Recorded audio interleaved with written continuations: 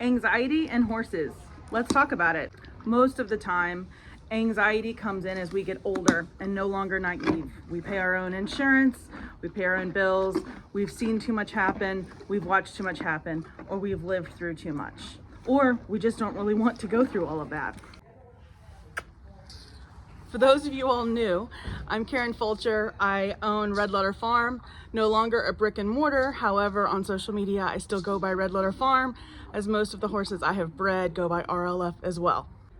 I am a traveling instructor who has 25 plus years of experience riding, dealing with my own anxiety, and dealing with amateur anxiety, as well as horse anxiety. Welcome to North Carolina. Most common points of anxiety when riding and being around horses: getting on, cantering, being in front of people, showing.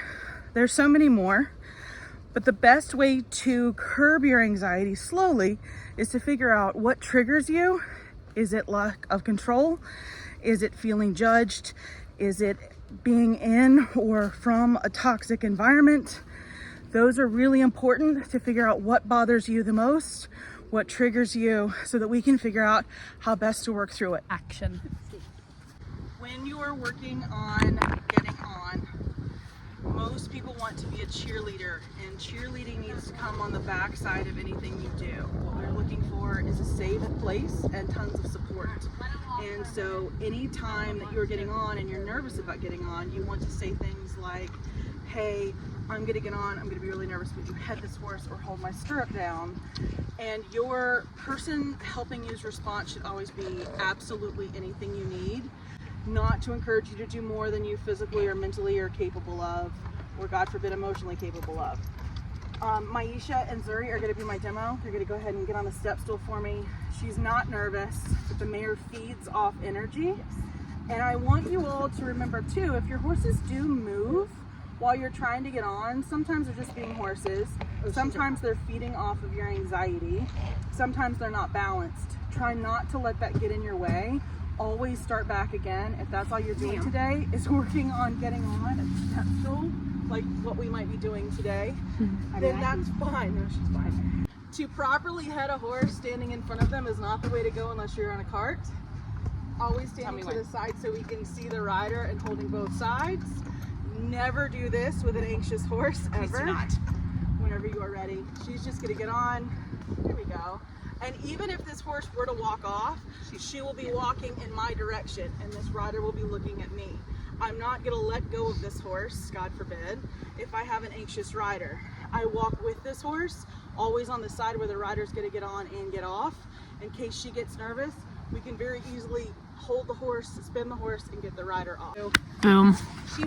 Nervous energy will never help nervous energy. So if you're working on being confident getting on, don't get on a nervous horse or an anxious horse or anything that might trigger you. If your anxiety stems from being watched and you have people that make you feel less than that you're riding with, you need to put your 30 days in. People don't know what they don't know, so they might be discouraging or belittling, but that's not a good environment for someone with anxiety to be in. That's considered a toxic environment. And even if you have high show goals, you're not going to be able to commit to that until you're through your anxiety, or at least understanding of how to get through your anxiety. So if you're around people that degrade you or overly push you, and that is just triggering you to the point where you don't want to ride anymore or don't feel safe and comfortable getting on, you need to look for other situations. If weight is something holding you back, please remember you can get yoga pants like I have on right now from Amazon. I'm not comfortable necessarily going over major courses and fences or doing tons of lead changes in my yoga pants, but when I'm just schooling, they work just fine and they always fit. I would like to remind everyone that even if you just come to the barn and spend time brushing your horses, that's okay too. Groundwork is essential for all training. It helps you really bond with your horse. It helps you see your horse. It helps the horse really get comfortable with you as well. I love the winter or when horses are coming back from an injury because I get to spend more time doing groundwork. I also love doing groundwork, liberty work, in-hand work, lunging stuff. And by stuff, there's a whole variable thing that I will do lunging, rigged, not rigged. But I get to do that with new horses, rehab horses, or people with anxiety. We get to really kind of feel out what the horse is doing, how the horse reacts to things, so that it's much easier when I move them towards the saddle work to know, hey, their ears are moving funny or their neck gets really tense.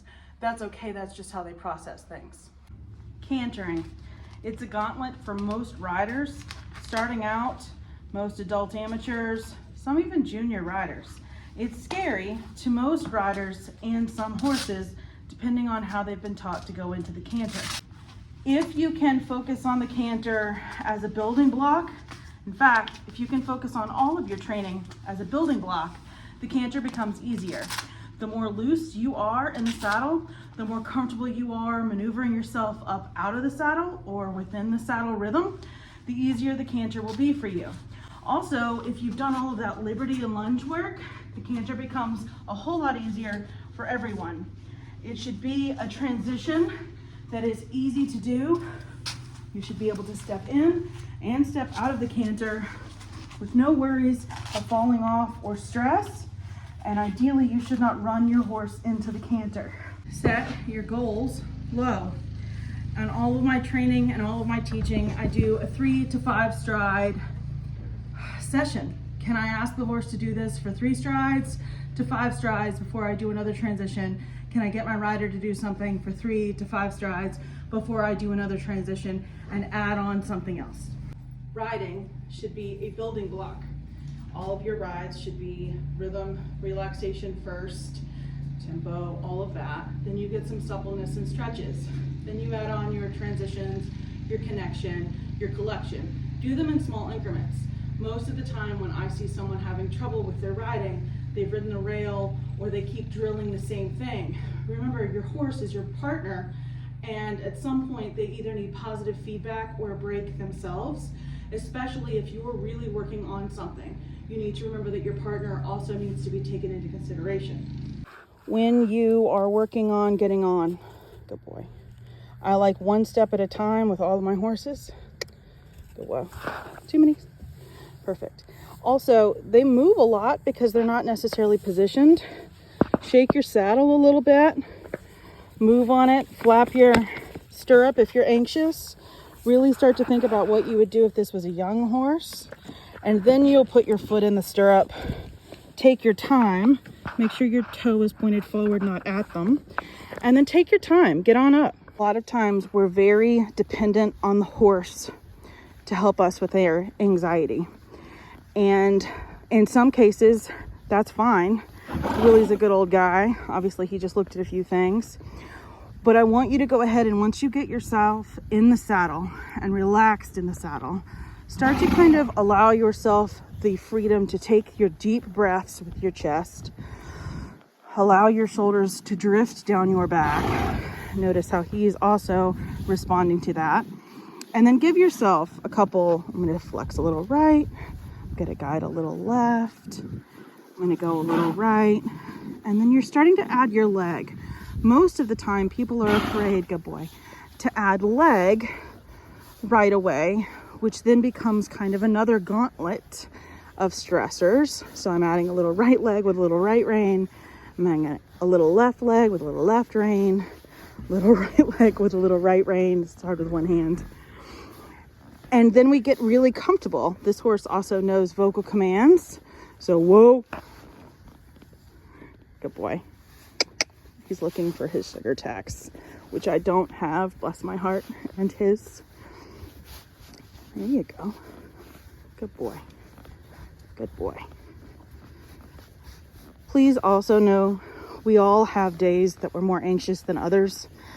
It's rough being in a barn where some people are either not stressed or ride through their stress. You're in your own league with your own goals and your own emotions. Don't compare yourself to anyone else. Also, this is a really tricky one. I hear a lot with 30-something-year-old women, older 20s, definitely 40s, where riders say, I just wish I could get back to where I was. Please remember that innocence is also naivety. naivety.